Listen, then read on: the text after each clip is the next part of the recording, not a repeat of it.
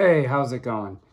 I got a hold of a movie I've been looking for probably 3 or 4 years.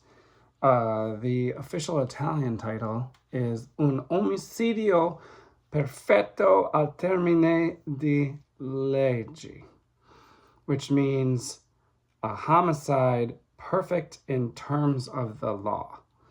So, in the United States, it was released as Cross Current, which is a completely different title. It's actually called Cross Current because in the English dub, they do say cross current, and also because a few of the main characters are boat racers, which I like that. So this is a Giallo. It's mainly Italian with some Spanish production money in there. Mainly Italian actors in it. So here's who we got. We have Philippe Leroy. Actually, I don't know why I said mainly Italian actors, because Philippe Leroy is the lead, and he is actually French, although he moved to Italy, I believe, in the early to mid 60s and did almost exclusively Italian films from that point on. So Philippe Leroy, I think I'd seen him in one or two things before getting ready to watch this, but then I watched a bunch of his movies. I watched The Hole, which is a French movie, his first film. It is a prison escape movie, and it's really good. It's all in French, all French actors. I'm sure he was living in France at the time. Really good movie. And the coolest part about that movie is one of the leads is a guy who actually escaped from prison, and the movie is based on his true prison escape attempt. So, actually, I don't think he made it out. Well, I won't say, because that's a good movie. You should watch that one, The Hole. Okay, I think he moved to Italy after that. The Hole was 1962, I think, maybe 3. Then he moved to Italy. All these other movies are Italian. He did Castle of the Living Dead, which actually was part of Christopher Lee's European phase. So that was Christopher Lee and Philippe Leroy. That was really good. You can pretty much figure out what it's about by the name. Christopher Lee had a castle. He was the bad guy. Philippe Leroy was one of the good guys. I think they were a traveling carnival troupe, if I'm not mistaken. I watched that one months ago, not because of Philippe Leroy, but just because I was watching Christopher Lee movies. So after that, he did The Wild Eye, which is an interesting premise for a movie. You may or may not know about Mondo films, which are basically Italian exploitation films where directors would go around the world and film things happening in third world countries and then basically say, wow, look how crazy this is. Kind of messed up. I actually haven't watched any of them, just I don't like the idea of them. They're basically like shockumentaries, but The Wild Eye is a movie about a fictionalized director making a Mondo film. So that was okay. Then he was in a movie called Laughing Woman, which is definitely the most bizarre film that he was in that I saw. And it's basically where he kind of abducts and tortures a woman, but then there's more to it. I won't say. That one's worth watching, and it's also very artistic. The music is good, the cinematography is good, and the sets are created in a certain way. There's geometry within the sets. That one's cool. That one's called Laughing Woman. Then he did one called Without Knowing Anything About Her, or Unknown Woman in America. That one was pretty boring, actually. It was where he was an insurance claims agent. And a woman died right after changing her will and right before making her final payment on her policy. So he goes and investigates it. And then he kind of seduces one of the heirs. It's not really that good. There's one shocking suicide attempt in that movie. And so you're shocked for about 40 seconds, and then the rest of the movie is boring. So that's kind of the stuff that Philippe Leroy was in. Then, in addition to Philippe Leroy, we have Elga Anderson. I don't know if I'm totally pronouncing that right. I believe she's German. She was in a bunch of movies that I tried to watch that I thought were boring. So the only one I really watched was the spaghetti western Johnny Colt, which featured Robert Woods. I did about 15 Robert Woods movies in the last year, so she was in Johnny Colt. Then it has perhaps the most popular name as far as horror goes, Ivan Rassimov, who actually is an Italian actor despite his last name. I believe his father was Serbian or something like that. He plays, I don't know if I mentioned this, Elga Anderson plays Monica, which is Philippe Leroy's character's wife, and Ivan Rassimov plays Bert. Philippe Leroy plays Marco. So Bert is Marco's best friend.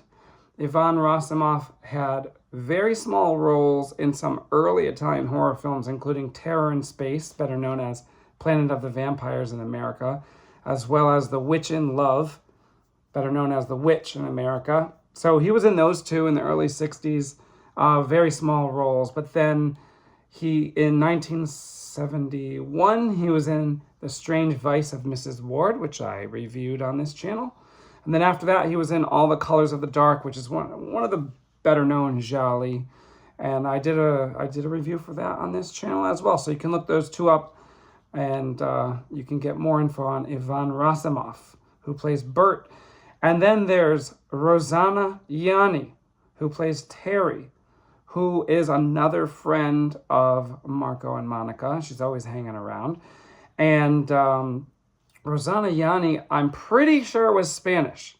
There's not a ton of info on her that I found, but she's mostly in Spanish movies, including The Mark of the Wolfman, which is the very first Paul Naschy Wolfman film. I think he did he did a lot of them. I think like 11 or 12, at least 9. So she was in the very first one, and I did talk more about that on here on a different video. Then she was in Red Lips Sadist Erotica, which is a Jesus Franco film. If you've watched any of my channel, I've done a bunch of Jesus Franco films. You know he's a crazy exploitation and sometimes horror director from Spain. Red Lips Sadist Erotica is also known as Two Undercover Angels in America, which makes it sound much more like a James Bond spoof, which it pretty much is, although Red Lips Sadist Erotica sounds more like a Jesus Franco type title. And then there was, I guess that one was popular enough to spawn a sequel, even though I didn't think it was very good, called Kiss Me Monster, which was awful in my opinion. But Rosanna Yanni is one of the two main women in both of those movies.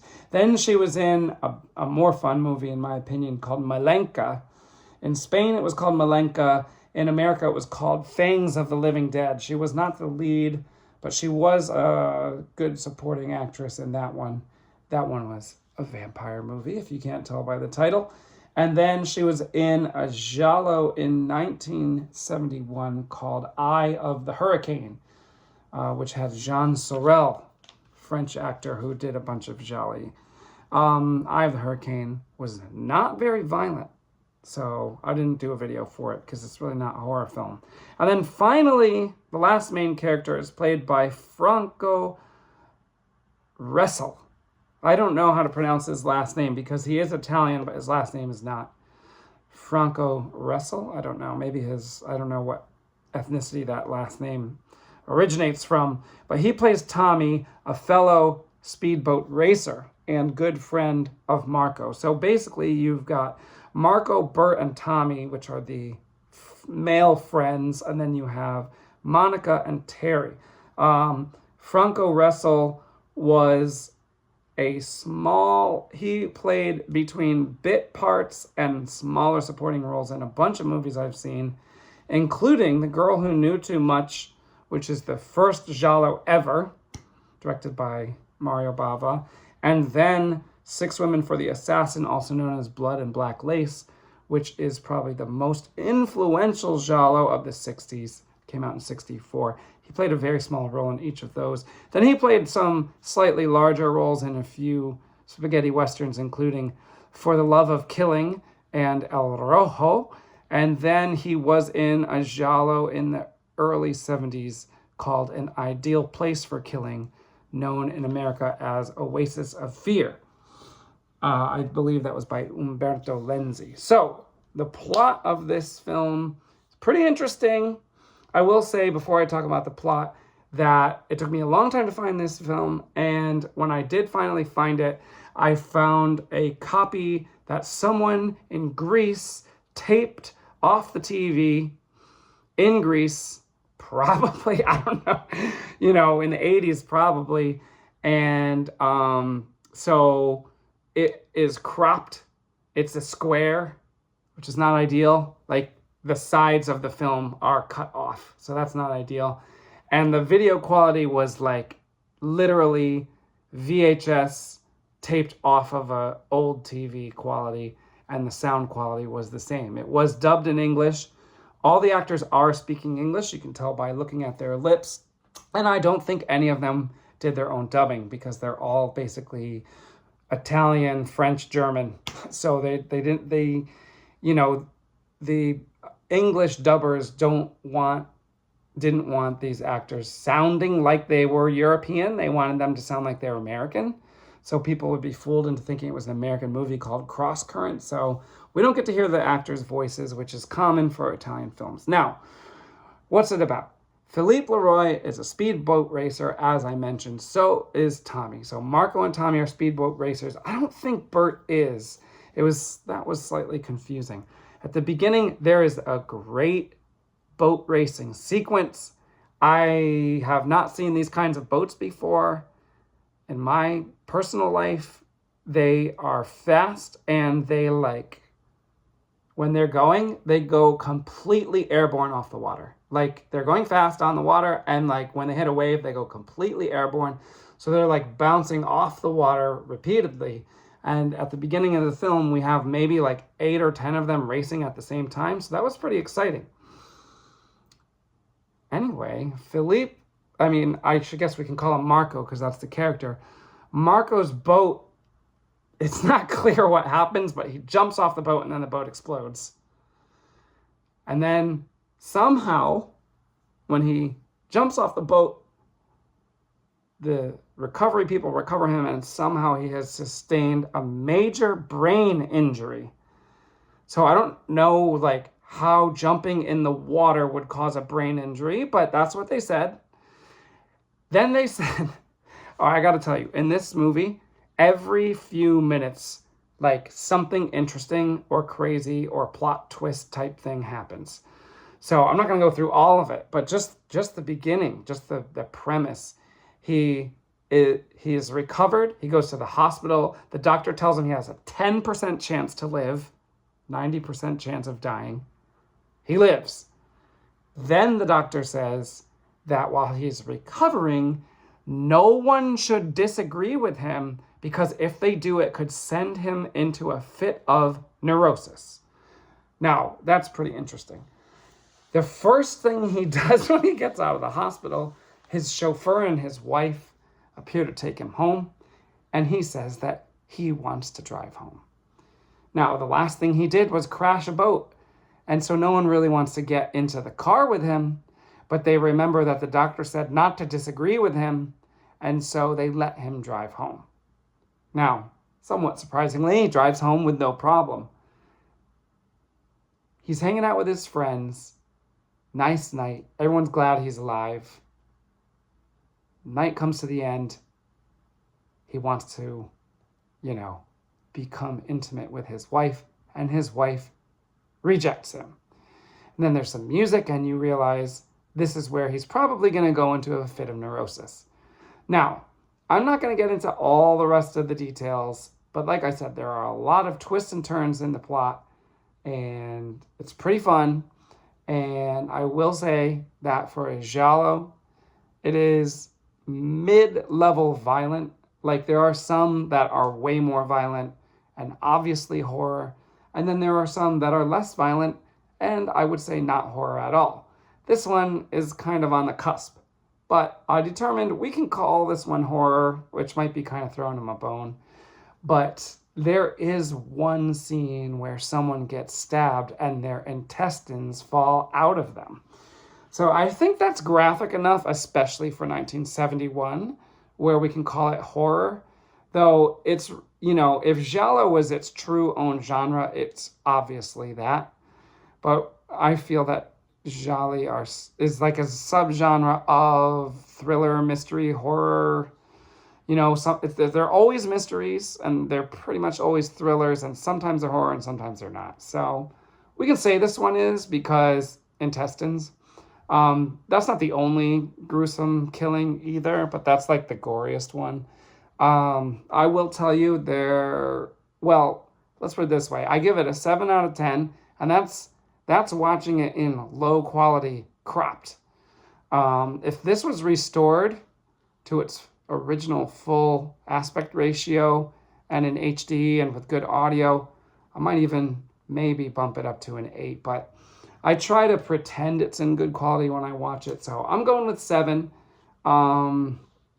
The ending wasn't my favorite, but everything before the ending was very solid. So 7 out of 10. Mild spoilers. I'm really not going to get into it all. This video is long enough. But 6 people died. So the body count is 6. I think no, 7. Yeah, 7. As I mentioned earlier, there are 5 main characters. So you can figure out or guess how many of the 5 die. It was pretty good. It's cool to see Philippe Leroy in a bunch of different roles, and then finally in this. He is in a bunch more horror movies later, but not again until I think at least 73. So we're not going to see him again for a while. And I think the same goes for most of those other actors except for Ivan Rassimov, who is in multiple 1972 horror films. So we will talk about him again soon. All right, I think that's going to be it for this one. Good luck finding it. Took me years to find it. And it's not exactly streaming on an accessible source or platform. So good luck. If you can find this one, I would say it's worth a watch. Thanks. I'll see you next time.